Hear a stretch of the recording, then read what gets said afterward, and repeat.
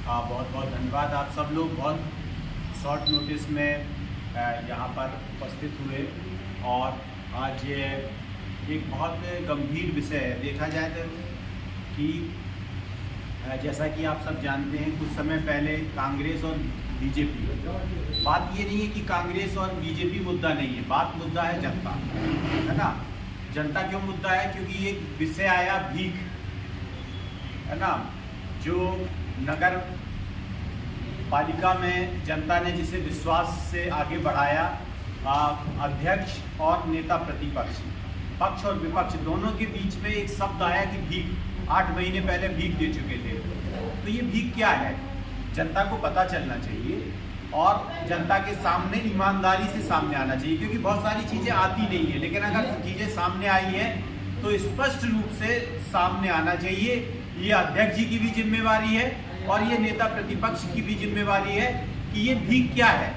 कहीं ये कोई बड़ा भ्रष्टाचार तो नहीं है, जैसा कि पिछले चुनाव के समय हमने देखा था, लोगों को आशंका हुई थी, लोगों ने व्यक्त किया था, पेपरों में भी आया था, पूरे प्रदेश में भी ये बात छाई थी, फिर से प्रदेश में ये बात छाई है, क्योंकि निश्चित रूप से ये भीख जो है ये भ्रष्टाचार से जुड़ा हुआ है। दूसरी बात ये है कि ये जनता के साथ धोखा है। तीसरी बात यह है कि मैं इसे इस तरह से जोड़ के देखता हूं कि हमारा बुंदेलखंड, जिसमें मुख्य रूप से टीकमगढ़ जिले को मैं लेता हूं, कि ये आज मुझे बड़ी शर्म लगती है, क्योंकि मैं भी यही बिजावर से हूँ, बुंदेलखंड से हूँ, और जहाँ भी हम लोग जाते हैं, कहाँ से हो, हम बताते भैया छतरपुर जिला खजुराहो से।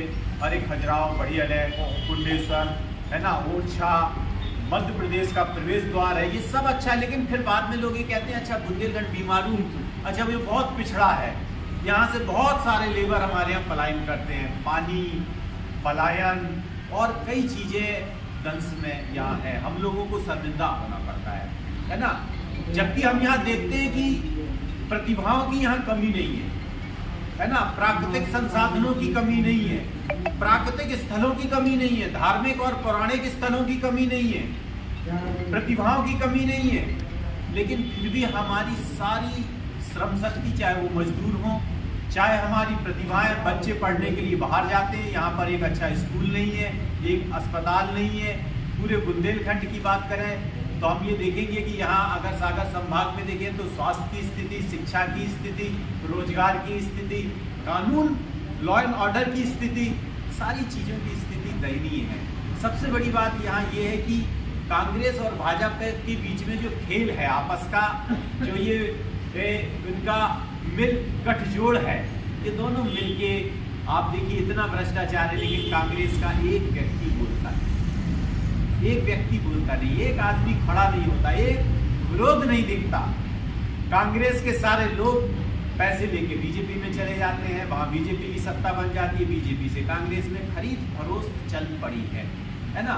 मैं टीकमगढ़ को देखता हूं कि टीकमगढ़ वो जिला है जहां 1000 तालाब थे। अगर आप अनुपम खरे की आज भी खरे हैं तालाब पढ़ेंगे तो इसमें स्पष्ट रूप से वैज्ञानिकों ने और पर्यावरणविदों ने स्पष्ट रूप से टीकमगढ़ की जो व्याख्या की है, 1000 तालाब के साथ जल संरक्षण की दिशा में टीकमगढ़ पूरे बुंदेलखंड ने इस देश को एक दिशा दिखाता है। वही टीकमगढ़ आज पानी के लिए परेशान है। क्यों परेशान है? क्योंकि यहाँ पर नगर परिषद में, नगर पालिका में जो लोग बैठे हुए हैं वो टीकमगढ़ की जनता के विश्वास के साथ तो आते हैं, लेकिन टीकमगढ़ का नहीं सोचते, वो निज अपने स्वार्थ का सोचते हैं, वो स्वयं का सोचते हैं और निज स्वार्थ से ऊपर नहीं उठ पा रहे हैं, जिससे टीकमगढ़ की जनताओं को नित्य प्रतिदिन नई नई समस्याओं का सामना करना पड़ रहा है। ये लोग सिर्फ अपना पेट भर रहे हैं, जनता के लिए, टीकमगढ़ जैसे शहर के लिए, जिसका विश्व में और देश में, कई आप विश्व की किताबें पढ़ेंगे, जल संरक्षण में आपको टीकमगढ़ के वो तालाब